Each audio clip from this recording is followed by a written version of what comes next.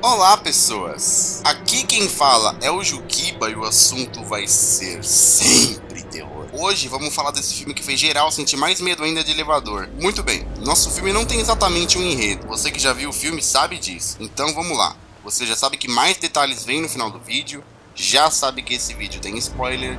Então, preparados ou não, partiu!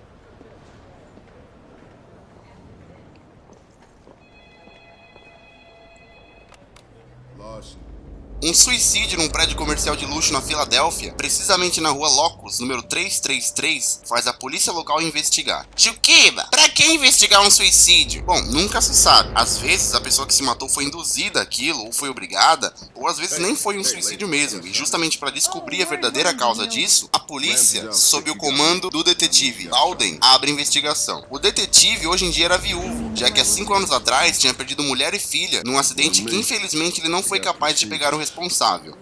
Enfim, nosso suicida tinha morrido com um terço nas mãos, ou seja, cerveja, sim, logo cedo.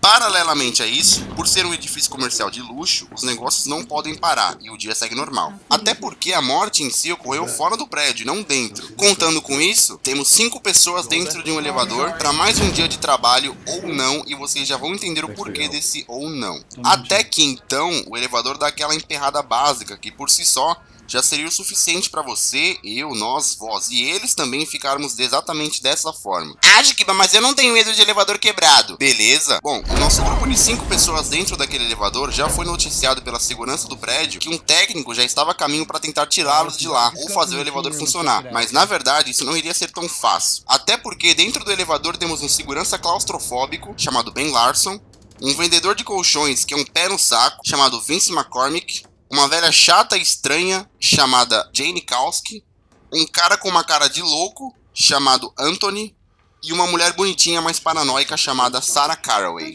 E o relacionamento entre eles durante esse tempo todo confinados não era dos melhores e isso tinha uma razão. Às vezes, as luzes lá de dentro piscavam inexplicavelmente, ou seja, apagavam e logo depois voltavam a acender. E algumas coisas estranhas começaram a acontecer enquanto essas luzes piscavam. As pessoas sentiam que estavam sendo tocadas sem que estivessem necessariamente.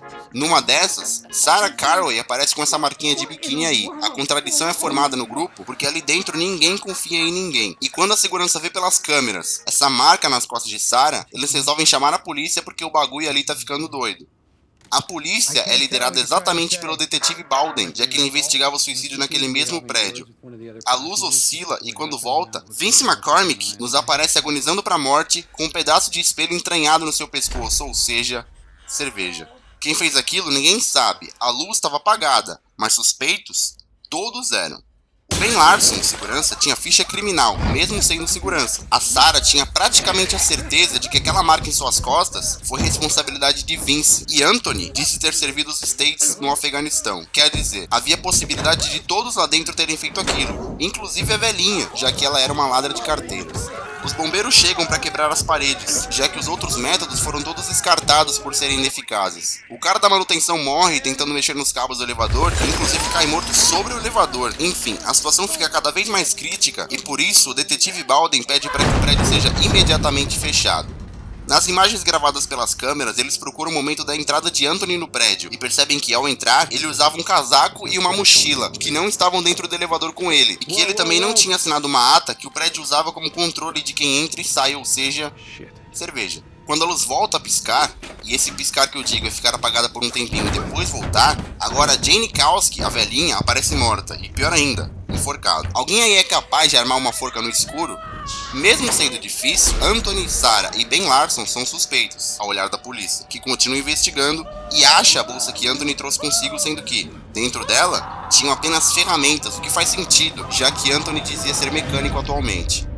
Informações sobre Sarah também nos é revelada. Ela também tinha ficha criminal por ter chantageado homens ricos e casados e escapou da prisão e pretendia fugir. Só que o detetive percebe que a empresa de segurança contratada pelo prédio se chamava Caraway Segurança. Quer dizer, Ben Larson, como você faz parte da segurança, cuja empresa é propriedade do marido de Sarah, você é o nosso principal suspeito agora. Mas não por muito tempo, já que as luzes voltaram a se apagar e ao acender, a segurança surge com o pescoço quebrado, deitado e morto.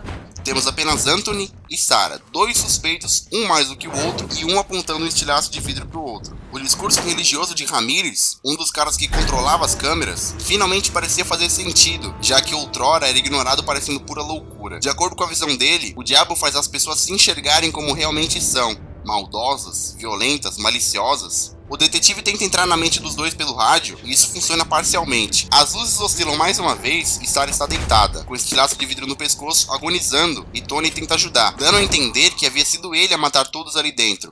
Mas nessa hora, a noiva de Tony aparece na central de segurança do prédio e conta que Tony estava no prédio para uma entrevista de emprego e, como veio direto do trabalho, vale lembrar que ele era mecânico, não queria entrar lá na entrevista com as ferramentas dele e por isso as deixou no banheiro, onde a polícia achou uns minutos atrás. O sobrenome de Anthony era Jane Kowski, ou seja... Juquiba! Esse não era o nome da velha? Será que era? Ele assinou o seu registro de entrada. Quem não assinou então foi a velha, que não tem mais nome. E aí, depois de ter sido enforcada por algo ou alguém, e depois de ter sido tirada da forca, ela renasce, entre aspas, e se revela uma espécie de mensageira da morte, ou simplesmente demônio. Anthony pede que leve ele, mas não leve Sarah, já que ela ainda agonizava. Na verdade, Anthony não era uma má pessoa. Aliás, de todos ali, ele era o único que não tinha seu passado manchado por um crime premeditado ou algo do tipo. Ele não era maldoso. O elevador despenca. A velha, ou melhor dizendo, o demônio, não tá afim de negociação e a pressão faz Anthony pegar o rádio que caiu lá dentro, do cara da manutenção que estava morto em cima do elevador, e revela que há 5 anos atrás, num acidente causado por ele, uma mulher e uma criança foram mortos na estrada. Exatamente a mulher e filha do detetive.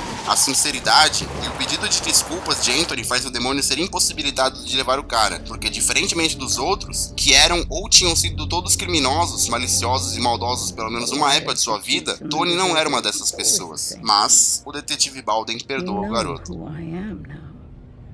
Demônio, ou Devil, é um filme de terror primeiro psicológico, depois sobrenatural, lançado em 2010 e distribuído pela Universal. O filme tem média 6.3 no IMDb, ou seja, nota azul, e a renda de bilheteria desse filme gerou quase 65 milhões de dólares ao redor do mundo. O filme é bem avaliado pela crítica e eu também compartilho dessa avaliação. Pra quem é claustrofóbico, vai sonhar com esse filme por um bom tempo e vai pensar 2 vezes antes de entrar na droga do elevador. Sabe aquela frase, antes de entrar no elevador, verifique se o mesmo encontra-se parado nesse andar?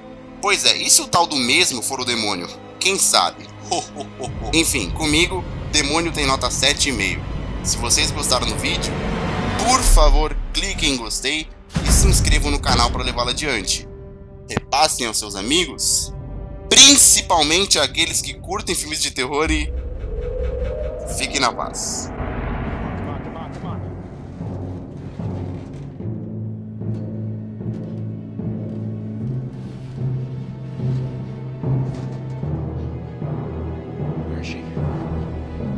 Where'd she go?